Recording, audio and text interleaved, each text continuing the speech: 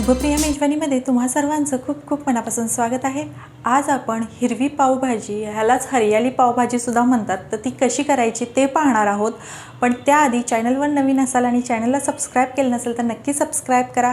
त्याचबरोबर शेजारील bell आयकॉनसुद्धा press करा, म्हणजे काय होईल की ज्यावेळी मी चॅनलवर नवनवीन रेसिपीज अपलोड करत असते तर त्याचं नोटिफिकेशन तुम्हाला येईल व तुमच्याकडून कुठल्याही प्रकारची रेसिपी जी आहे ती मिस होणार नाही। तर चला आता आपण पटकन रेसिपीला सुरुवात करूया। सर्वात आधी आपण इथे कुकर घेतलेला आहे आणि त्या कुकरमध्ये भाज्या ज्या आहेत त्या शिजवून घेणार आहोत। तर ह्याच्यामध्ये मी बटाटा घालत आहे।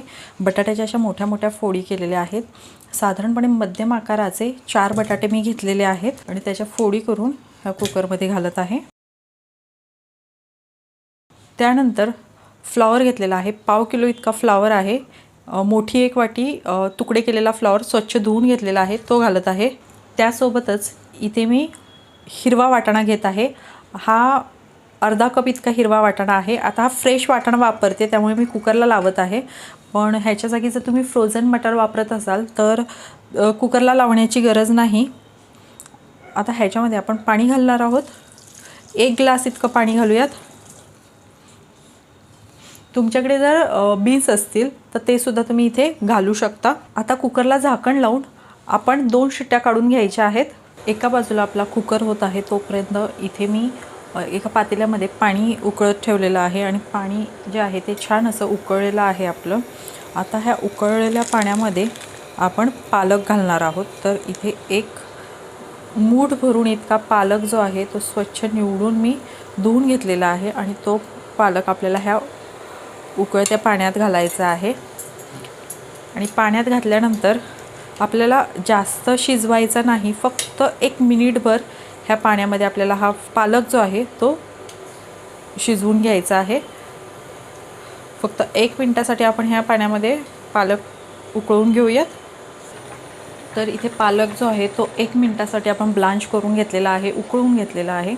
आता इथे मी गॅस बंद करते आणि गॅस बंद केला की त्याचबरोबर इथे मी एका बाउलमध्ये थंड पाणी घेतलेलं आहे। फ्रीजमधलं पाणी आहे, तुम्ही बर्फाचं घेतलं तरीही चालेल। आणि हा जो पालक आपण शिजवून घेतलेला आहे तो पालक ह्यातून काढून आपल्याला लगेच थंड पाण्यात घालायचा आहे। म्हणजे काय होईल की ह्या पालकची कुकिंग प्रोसेस जी आहे ती थांबली जाते आणि त्याचा हिरवा रंग जो आहे तो टिकून राहतो। म्हणून आपल्याला लगेच हा थंड पाण्यात घालायचा आहे।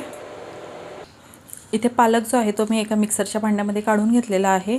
त्यानंतर ह्यातच आपण घालणार आहोत 1-1.5 इंच आलं, त्यासोबतच 4 ते 5 हिरव्या मिरच्या।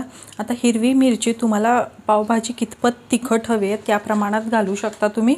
त्यासोबतच लसूण, 1 कुडी लसूण सोलून घेतलेला आहे तो घालत आहे आणि थोडीशी कोथिंबीर।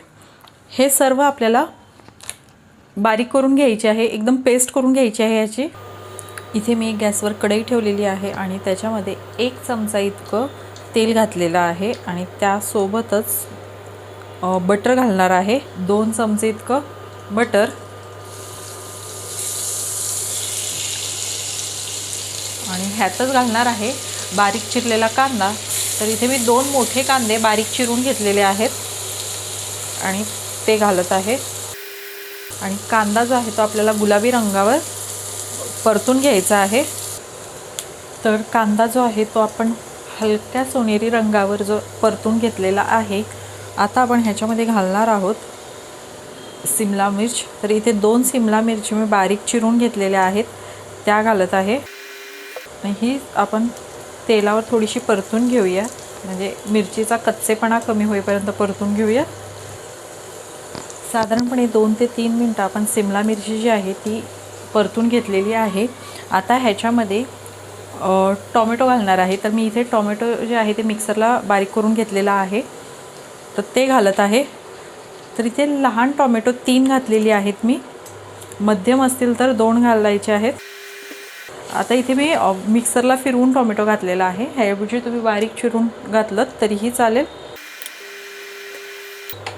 आता हे टोमॅटो आपल्याला व्यवस्थित शिजवून घ्यायचं आहे।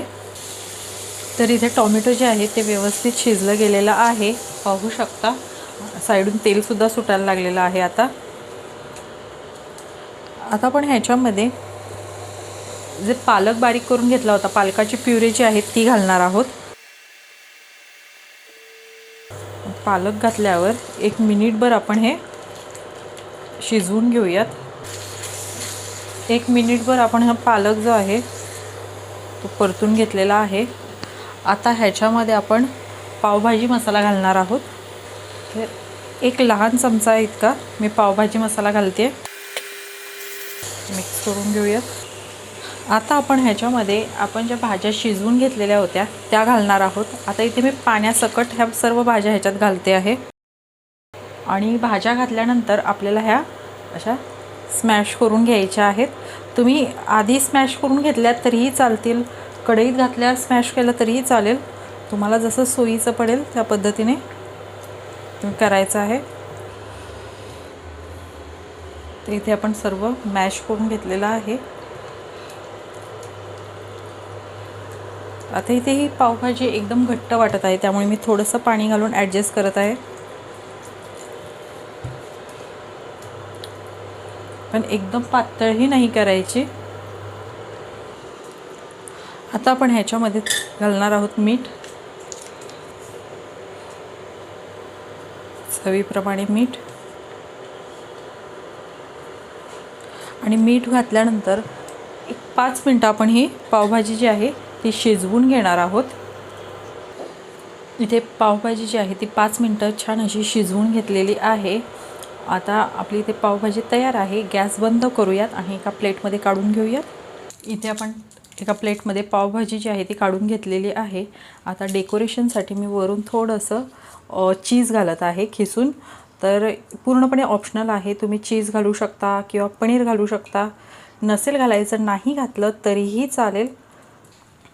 आणि त्यानंतर थोडीशी मिरची पावडर मी वरून घालत आहे. हे डेकोरेशनसाठी मी करते आहे. तर इथेही आपली मस्त अशी हिरवी पावभाजी किंवा हरियाली पावभाजी जी आहे ती बनवून तयार आहे. आणि तुम्ही रंग वगैरे पाहू शकता, जबरदस्त आलेला आहे. आणि त्यासोबतच ती चवीलाही तितकीच छान लागते. आणि लहान मुलं अगदी आवडीने खातात, कारण ह्या वेगळ्या कलरमध्ये ही पावभाजी बनवून तयार होते. त्यामुळे अत्यंत आवडीने अशी पावभाजी ही लहान मुलं खातात. तुम्ही जर अशा पद्धतीने कधी पावभाजी बनवून पाहिली नसेल तर एकदा तरी नक्की बनवून पहा. तर तुम्हाला आजची रेसिपी कशी वाटली हे कमेंटमध्ये नक्की सांगा. आवडली असेल तर लाईक करा, शेअर करा. आणि चॅनलवर नवीन असाल आणि अजूनही चॅनलला सबस्क्राईब केलं नसेल तर नक्की सबस्क्राईब करा. पुन्हा भेटूयात अशाच छानशा रेसिपीसोबत. तोपर्यंत बाय बाय.